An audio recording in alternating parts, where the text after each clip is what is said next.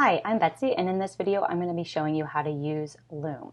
So to get started, what you need to know is that Loom is a screencasting software. That means it'll record what is on your screen, but it also will record a video of you. So you can use it for both videos of yourself or videos of your screen. So to get started, you're going to need to install Loom.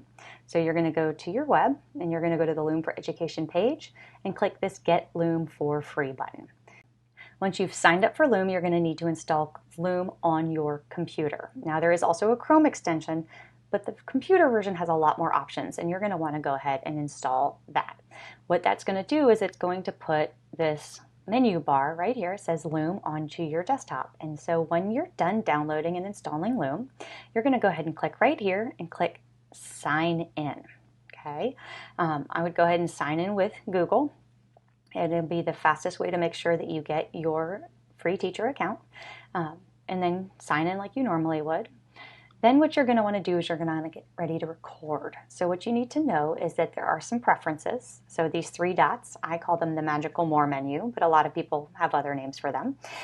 This is where you're going to access your preferences. So you can do things like flip the camera, which is really helpful if you're doing a read aloud.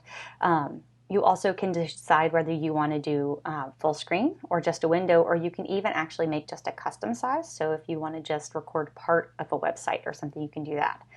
You also have the choices to do this screen with your little picture, which is what I have, the screen only or the camera only. So when you're recording for things where you want people to get to know you better, you're going to want to go ahead and use the camera. If you're recording for teaching purposes, your picture there might just be distracting. So think about what you're recording before you make your decision. You're also going to want to make sure that your camera and your microphone are on and ready to go, and then you're going to hit start recording. And then that's it. You're just going to walk yourself through your presentation or your talk or whatever it is you're going to do, and when you're done, you're going to hit stop. What's really cool about Loom is that it actually puts your video onto their web service. So what I'm going to do is I'm going to go ahead and I'm going to click on one of my videos, and it's going to let me do some basic editing. I got rid of that Explorer, but you may want to actually watch those so it can show you what to do.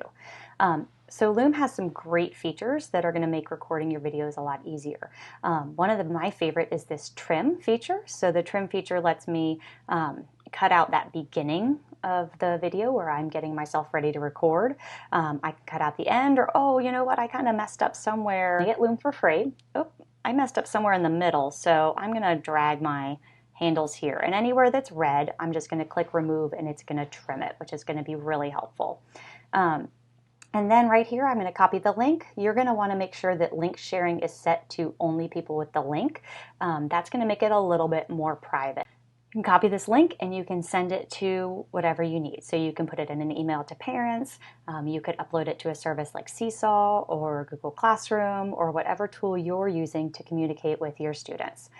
So I hope this video is helpful. There's a lot more resources on how to use Loom if you go to my videos, and they have this great folder called How to Use Loom, and it has all sorts of help and ideas on using Loom for distance learning.